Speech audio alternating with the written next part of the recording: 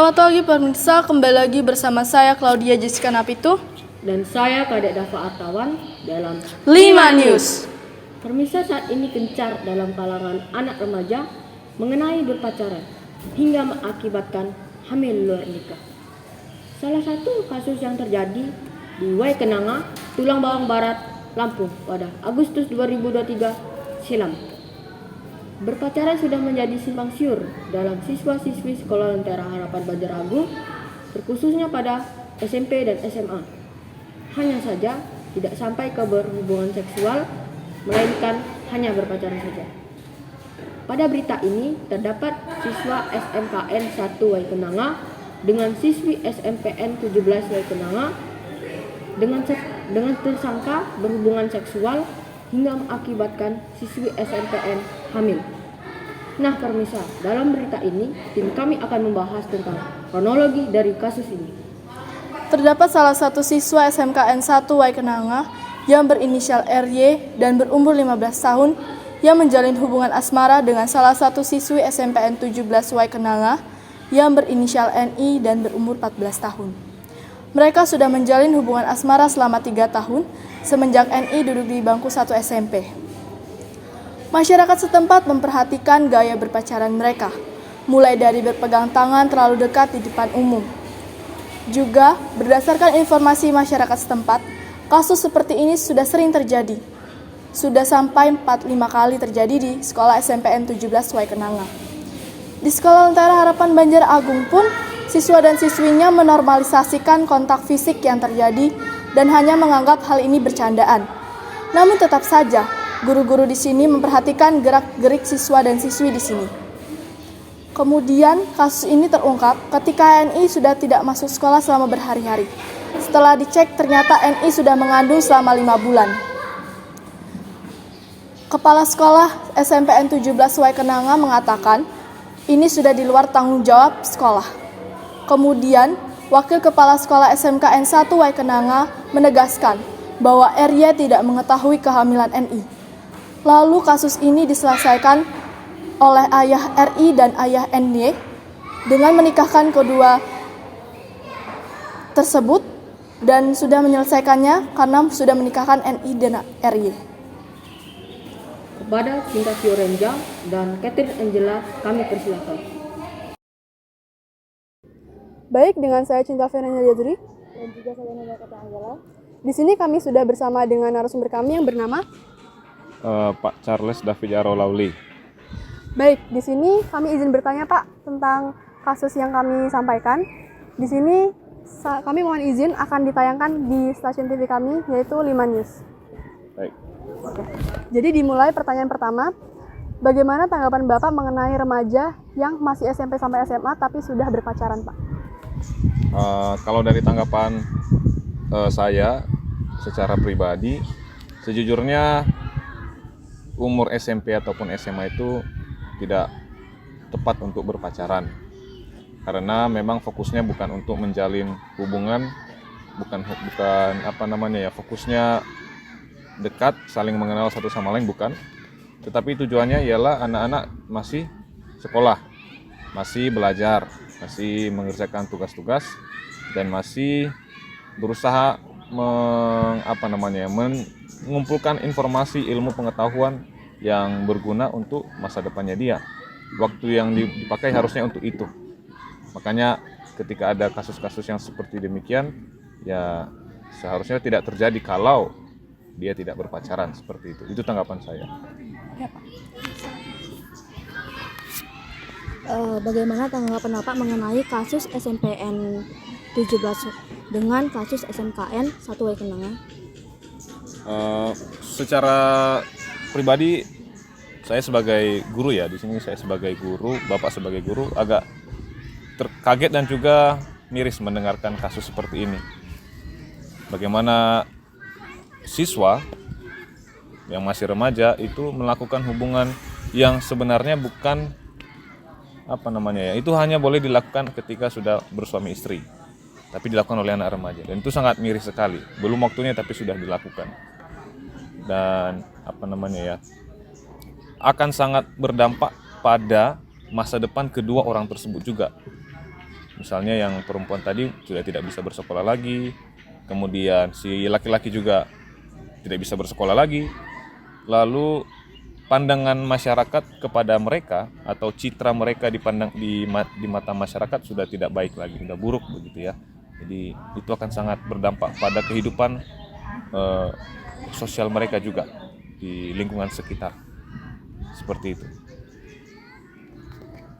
Oke Pak, tapi secara keseluruhan menurut Bapak pacaran itu baik nggak sih Pak?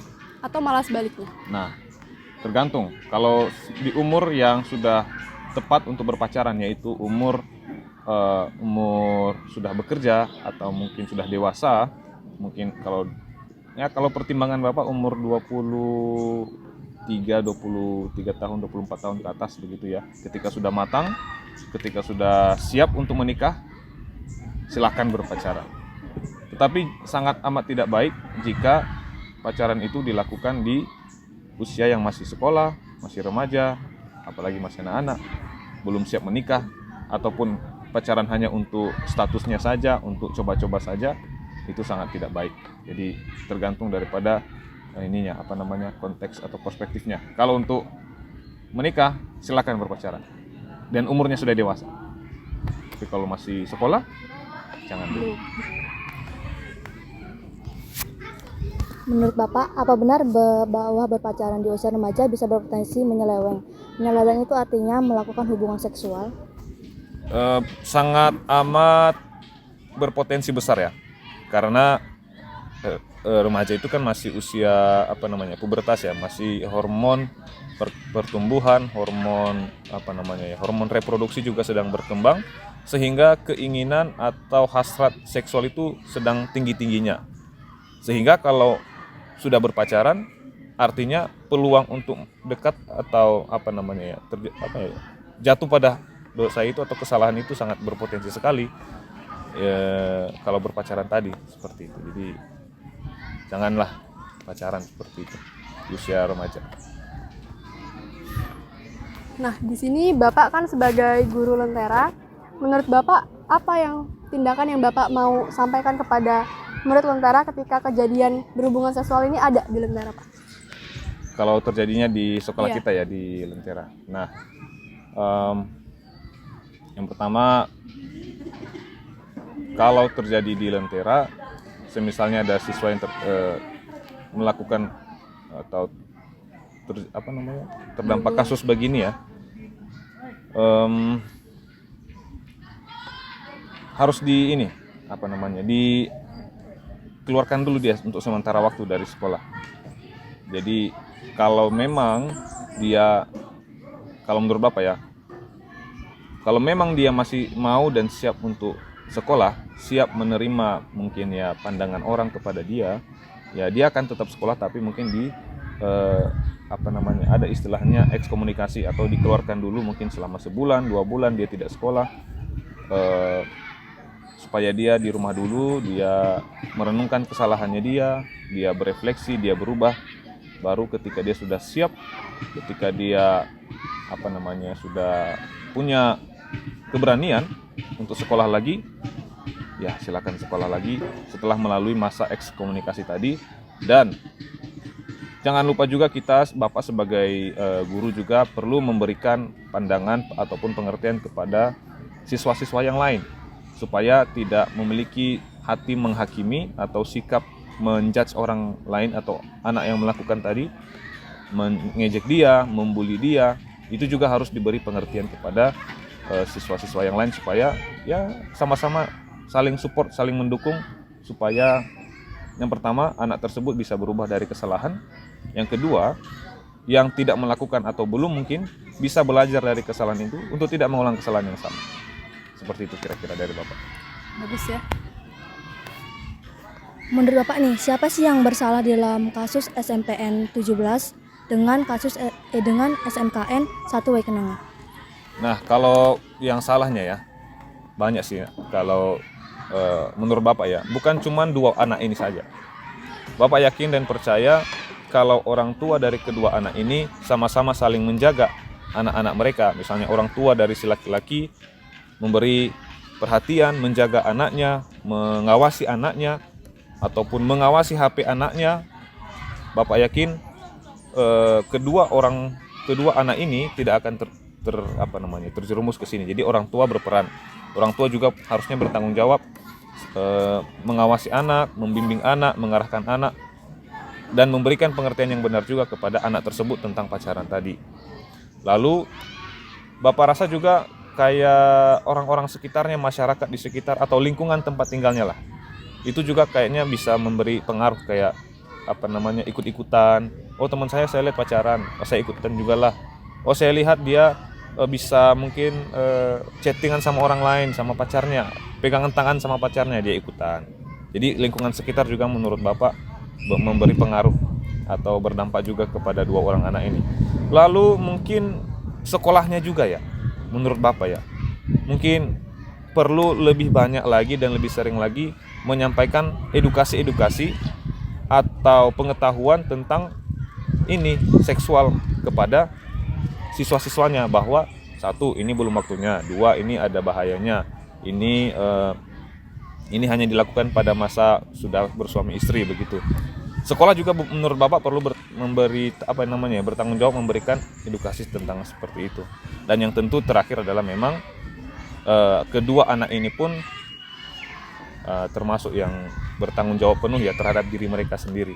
Mereka juga harusnya tidak berpacaran sih. Harusnya fokus sekolah, fokus belajar. Nah, seperti jadi yang mungkin berdampak atau ikut terlibat menurut Bapak, satu tadi orang tua, kedua lingkungan masyarakat, ketiga sekolahnya, guru gitu-gitu ya. Baru memang dari dua anak ini sendiri. Seperti itu. Lalu di mana Bapak pernah mendengar kasus-kasus seperti ini, Pak? Apakah hanya di berita saja atau bagaimana, Pak? Kasus seperti ini Bapak dengarkan itu ya mungkin bukan di daerah sini sih, tapi di daerah lain ada saja mungkin berita-berita tentang anak-anak remaja yang mungkin contoh kumpul kebo misalnya, beramai-ramai dalam satu ruangan, laki-laki perempuan mungkin melakukan aktivitas yang tidak baik, itu pernah Bapak dengar. Ada lagi mungkin guru dengan siswa juga ada, siswa dengan siswa juga barusan seperti contoh kasus ini. Tapi kalau di sekolah kita kayaknya juga pernah kayaknya, tapi itu sudah lama sekali. Jadi berita-berita tentang seperti ini kayaknya banyak sekali. Mungkin hampir di setiap daerah di Indonesia ini ya, mungkin ada aja berita-berita seperti ini. Berarti sering ya, Pak ya? Udah Ya, marak berita. marak sekali, cukup sering sekali berita seperti ini. Menurut Bapak nih, apakah kasus ini pernah terjadi di lingkungan sekolah Lentera Banjaragung? Mungkin kalau sampai berhubungan seksual, pernah. Kalau berhubungan seksual pernah. Dan ya, penerapan yang dilakukan seperti yang Bapak bilang tadi kepada anak itu. Dia dikeluarkan dulu, diekskomunikasi dulu selama mungkin sebulan atau 2 bulan juga anak itu. Jadi belajar di rumah seperti itu ya. Baru dia nanti setelah udah siap dia balik ke sekolah lagi. Dan mungkin sampai kasus yang persis sama mungkin belum ya. Tapi kalau yang berpacaran sudah sampai mungkin bersentuhan fisik, kayaknya ada juga nih di sekolah kita. Ada. Seperti itu. Oke, yang terakhir, Pak. Menurut Bapak, mengapa anak-anak ini nih berani begitu untuk melakukan hubungan seksual? Apakah ada faktor penyebab mereka tuh menjadi berani begitu, Pak? Itu pertama tidak bisa langsung ya. Ketika berpacaran langsung terjadi seperti itu, tidak. Jadi pasti ada awal mulanya, tahapannya. Jadi pasti dari awal mungkin dari chattingan dulu. Mungkin chattingannya bahasa yang digunakan, bahasa-bahasa yang istilahnya bahasa mesum lah ya, bahasa yang tidak baik. Lalu berawal dari chattingan mulai ke mungkin senggol-senggolan sedikit dulu. Setelah senggol-senggolan, pegangan tangan, baru rangkulan mungkin. Begitu seterusnya mungkin baru dia kontak fisik yang lebih dalam lagi, mungkin sampai menyentuh area sensitif masing-masing begitu ya. Nah, baru terjadilah yang seperti itu. Nah, tentu kejadian seperti itu didukung juga dengan situasi dan kondisi yang mungkin tidak ada pengawasan itu tadi ya, tidak ada pengawasan dari orang tua, ya dari masyarakat juga mungkin karena tidak ada pengawasan ya sudah pas lah, jadi terjadilah seperti itu. Jadi tidak bisa langsung, tetapi ada proses-proses sebelumnya yang mereka lakukan. Oke, mungkin segitu saja wawancara dari segmen TV kami, Pak. Terima kasih atas waktunya. Terima kasih semuanya. Saya Cinta Fernanda Zuri. Dan juga saya Nela Katia Angela. Dalam 5 News. Baik, terima kasih atas wawancaranya. Selanjutnya, kepada Dadiel Cristiano, kami persilakan. Baik, dengan saya Dadil Cristiano Vero Sipayung, permisa, melakukan hubungan seksual di bawah umur atau di luar nikah, sebuah tindakan yang tidak dapat dicontohi atau dilakukan, apalagi bagi siswa pelajar yang melakukan hubungan seksual di bawah umur, karena dapat merusak generasi bangsa. Jadi, berkatalah tidak kepada hubungan seksual, karena itu sama saja melanggar anugerah yang Tuhan berikan. Sekian dari kami, terima kasih.